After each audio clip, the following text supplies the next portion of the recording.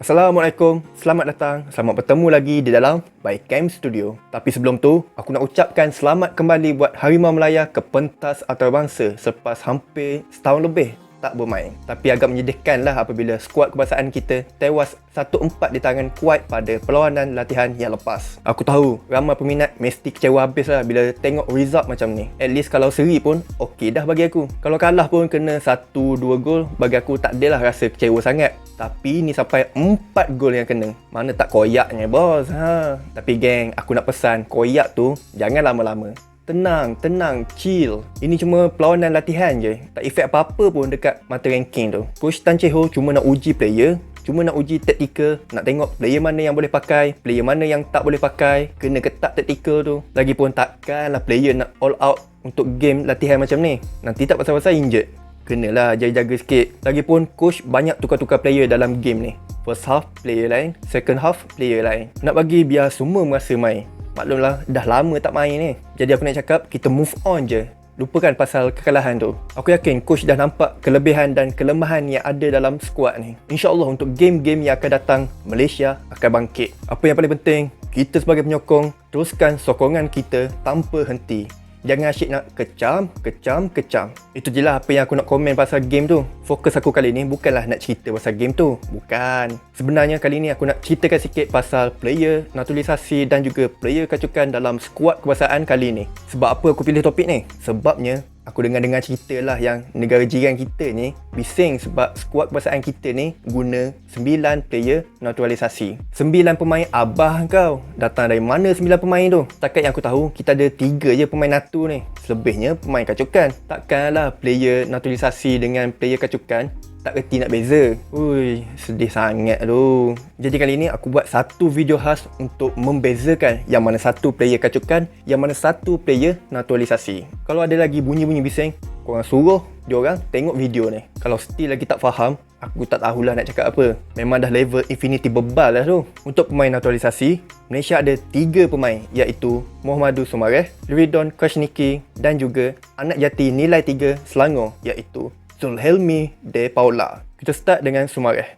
Sumareh atau nama glamournya Curly Boy merupakan pemain yang berasal daripada Gambia dan mula menjadi pemain natu pada tahun 2018. Bermain di posisi sayap, beliau sudah membuat 19 penampilan untuk skuad kebangsaan dan berjaya skor 6 gol. Untuk musim ni, beliau bermain dengan pasukan JDT selepas 4 tahun bermain dengan pasukan Pahang. Pada usia 27 tahun, aku tengok yang Curly Boy ni adalah pemain yang cukup berbaloi untuk menjadi pemain natu sebabnya dia ni masih lagi muda, jadi boleh guna untuk long term. Manakala Luridon pula adalah pemain yang berasal daripada Kosovo dan beliau juga sempat mewakili Kosovo sebanyak 3 penampilan. Pada bulan 2 2020, akhirnya beliau telah diumumkan sebagai pemain natu yang kedua untuk skuad kebangsaan. Untuk rekod, beliau telah membuat penampilan pertama untuk Harimau Melaya ketika perlawanan menentang Kuwait. Dengan ketinggian 1.92 meter, aku tengok kemasukan Mat Don ni akan memantapkan lagi bahagian tengah skuad kebangsaan. Sebab kita tahu yang pak-pak Arab ni badan besar-besar.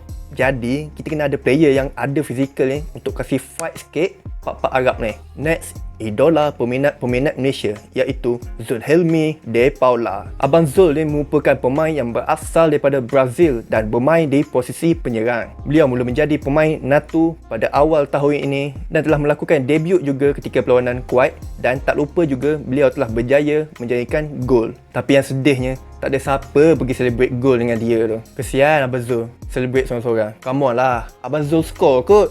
Support lah sikit. Aku nampak yang dia ni mampu menjadi penyerang utama Harimau Melaya. Dia punya finishing pun padu lagi walaupun usia pun dah 35 tahun. Tambah pula dengan ketinggian 1.85 meter, fizikal ada, finishing ada. Why not dia jadi first choice? Pada video aku sebelum ni, aku ada menceritakan kenapa aku pilih Abang Zul ni sebagai penyerang utama Harimau Melaya. Yang mana belum tengok boleh tengok, yang mana dah tengok mantap. Melihat pada 3 pemain naturalisasi ni, aku ramalkan yang 3 pemain ni bakal menjadi pilihan untuk first 11 skuad kebangsaan. Mereka mampu memberikan impak yang cukup besar pada posisi masing-masing. Jadi terpulanglah pada coach nak letak ke tak. Aku agak-agak je. Next, kita pergi kepada pemain kacukan. Dalam skuad kali ni, kita ada 6 pemain kacukan. First, Sam Somerville. Beliau merupakan pemain kacukan Malaysia England yang bermain di posisi penjaga gol. Berusia 27 tahun, selepas menampilkan aksi yang cukup cemerlang bersama dengan Penang, akhirnya beliau telah dipanggil untuk menyertai skuad kebangsaan untuk kali pertamanya. Jadi Sam ni juga telah melakukan debut ketika perlawanan menentang Kuwait, dan pada pandangan aku, beliau bakal menjadi penjaga gol pilihan ketiga di belakang Faizal Malias dan juga Khairul Azhan. Next, Junior Ekstal. Beliau adalah pemain kacukan Malaysia Sweden yang bermain di posisi pertahanan. Untuk musim ni, beliau bermain di Liga Thailand bersama dengan Chonburi. Kalau kita tengok perjalanan karier Junior ni, kita semua tahu yang dia ni pernah bergelut dengan masalah kecederaan sehingga dia pernah bersara dan buka bisnes. Bila fit balik, dia comeback main dengan kelab bukan Liga dekat England. Lepas tu dapat offer main dekat Liga Thailand, perform dan terpilih untuk mewakili skuad kebangsaan. Tak silap aku, last dia main dengan skuad kebangsaan adalah pada tahun 2018. Jadi aku harapkan kepulangan dia kali ini akan memberikan satu impak yang cukup positif buat skuad kebangsaan. Next, Matt Davis, pemain kacukan Malaysia Australia yang bermain di posisi back kanan. Boleh cakap yang Matt ni adalah pemain regular untuk skuad kebangsaan dari zaman Malaysia bawah 23 sampailah ke skuad senior. Beliau mula melakukan debut pada tahun 2015 dan telah berjaya membuat 29 penampilan untuk skuad kebangsaan. Dan musim ini, beliau bermain dengan pasukan JDT. Melihat kepada posisi bek kanan, Matt Davis akan bersaing dengan Syahmi Safari dan juga Rizal Ghazali. Jadi, menarik untuk kita lihat siapakah yang menjadi pilihan coach untuk mengisi posisi tersebut. Next, Koh Beng Ong, pemain kacukan Malaysia Barbados yang beraksi di posisi bek kiri. Melihat kepada rekod, beliau pernah bermain satu perlawanan untuk Canada pada tahun 2017 sebelum membuat keputusan untuk mewakili Malaysia pada tahun 2019. Bakat Koh Beng Ong ni mula dikesan oleh JDT yang membuat keputusan untuk membawa Koh Beng Ong ni pulang semula ke Malaysia, dan impaknya cukup positif, bukan sahaja untuk JDT, malah untuk skuad kebangsaan. Berbekalkan muka ala-ala Adlin Aman Ramli, Koh Beng Ong adalah satu-satunya pure left back yang dipanggil oleh coach Tan Cheng Ho. Jadi kita doakan supaya Koh Beng Ong ni tak injured. Kalau injured, berkicap bos. Lagipun dia ni memang susah nak injured. Harap maintain macam tu lah. Next, Brandon Gunn, seorang lagi pemain kacukan Malaysia Australia. Kisah Brandon ni lebih kurang je macam Junior. Pernah bergelut dengan masalah kecederaan, injured ACL sampai 2 kali, comeback balik, perform dan terpilih untuk mewakili skuad kebangsaan. Beliau mula mewakili Malaysia pada tahun 2016 dan 2 tahun hilang dari radar, kemudian kembali semula pada tahun 2019.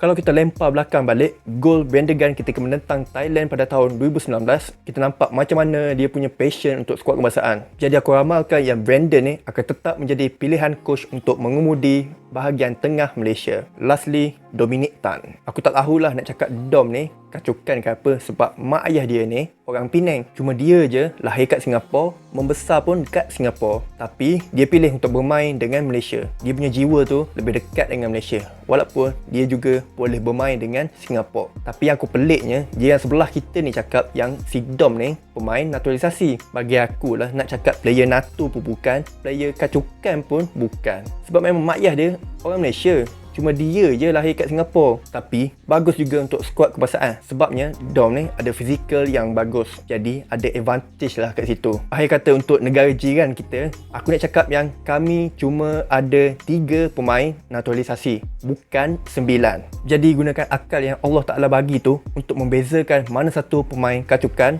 mana satu pemain naturalisasi. Jadi itu je lah apa yang aku nak sharekan pada kali ini. Jangan lupa like, share dan subscribe video dan channel aku ini.